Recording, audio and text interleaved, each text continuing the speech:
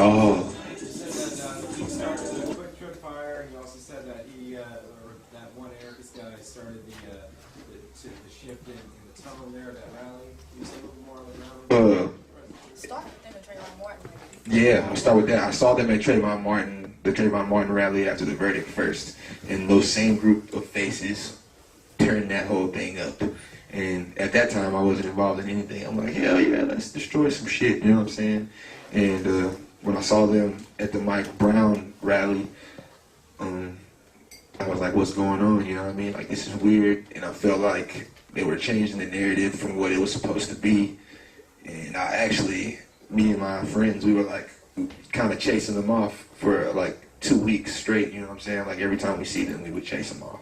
But now I've met with those guys, had a few conversations with them since then. I understand where they're coming from, and I like them a lot, you know what I mean? We're starting to plan things together, not burning things down per se, but we're strategizing on what we can do to implement change.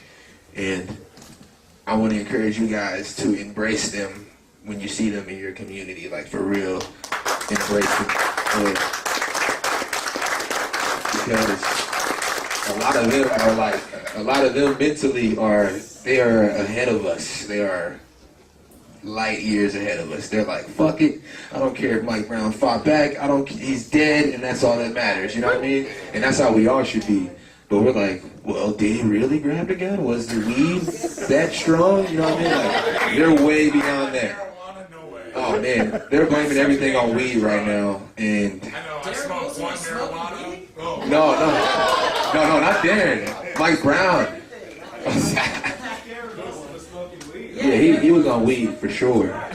It's the only time you hit the equipment. Steal drugs in St. Louis and got caught on his job high on the drugs he confiscated from someone in St. Louis. Yeah. This is real. Please pay for it. That's what I'm saying. You could have bought that shit. You didn't have to steal it from me, so I can't make no money.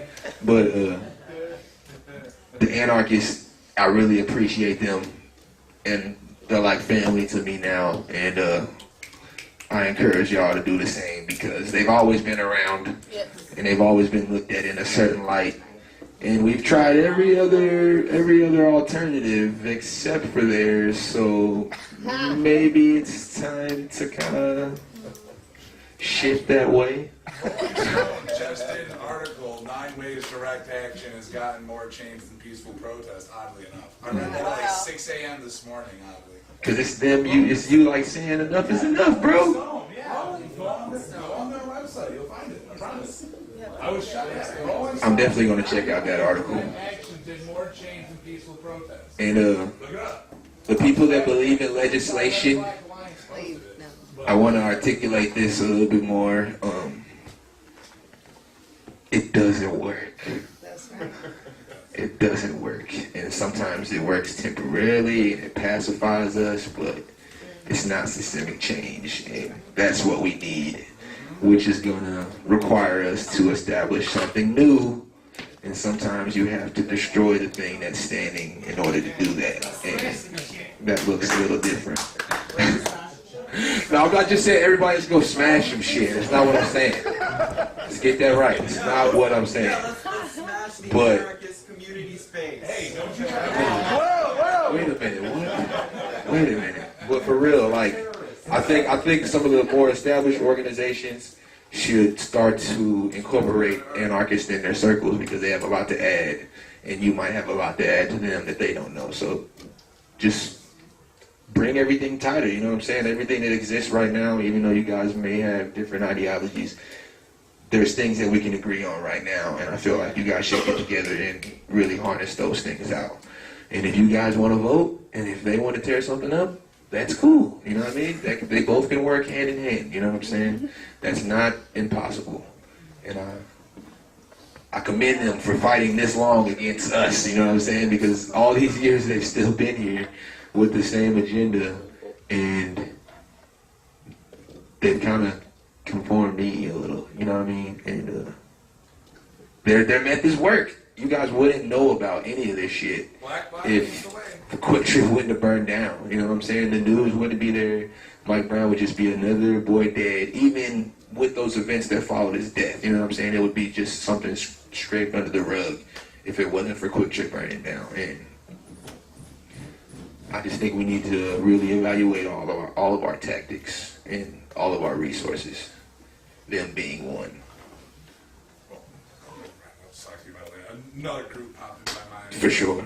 Like there's like, I don't know if you follow like in like Rio de Janeiro and like Sao Paulo, Brazil, like the anarchist black bloc groups are a very heavy presence. They lead what most of the news here calls riots. It's usually planned direct action. Like pumpkin throwing. No. I'm just kidding. Full scale. No justice, no fleece. No, please. Like the main chant in Brazil is police retreat, combative youth that's in the street. And that's usually as everyone's putting on masks, goggles, everything to protect from that, homemade body. I don't live without it now, man. I don't live without it. Any other questions? Come on, y'all.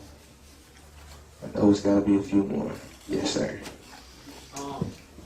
I'm not the most eloquent person, so I'll say that first. To what extent do you grapple with the possibility that we will not be able to escalate as quickly or as effectively as the state can repress us? It's something that nags me constantly when I think about this stuff, you know? There's a big fucking machine out there. It's the reality. It's fucked up, man. It's like, but I try to think that they can't function without us, so that's one thing to think about. Yusef. I almost have a question, a statement. When we talk about organized violence or violence, it has to be organized in a greater context of people. The power of the people is greater than the machines. However, if we're forcing ideas on the people, how better are we against those we're fighting against? Right. The ideas have to come out of the people. Right. And the only way to come out of the people by being connected with the people. Yep. Serving the people. Again, we can't lead the people without empowering the people.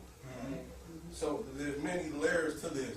But understanding, again, when you're talking about the black struggle, it was attacked by COINTELPRO.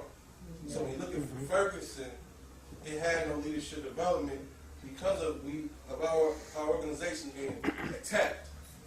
So they've been able to break free mentally. So when you look at white communities and when you guys organize, you haven't suffered the way we suffered. Right. You know, his name wasn't Garuba. My name wasn't Yusef. We changed our names in the process of reclaiming who we are. Yeah. In the process of re-identifying ourselves. So again, we need to understand the transformation of who we are. You know, the greatest weapon of revolution is love. I mean, so if you're not transforming your lives and you're just out here fighting, what are you fighting for? And we have to be clear on what the objectives are, and more importantly, that serving the people is the greatest weapon of who we are through our love for the people. For sure.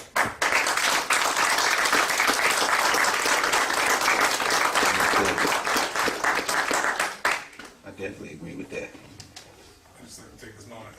Che Guevara, at the risk of the quote of Che Guevara, at the risk of sounding foolish, one cannot call themselves a revolutionary without first being born out of love. A revolution cannot be born out of anything other than a love for the people. For sure. And Most dead. Any other questions?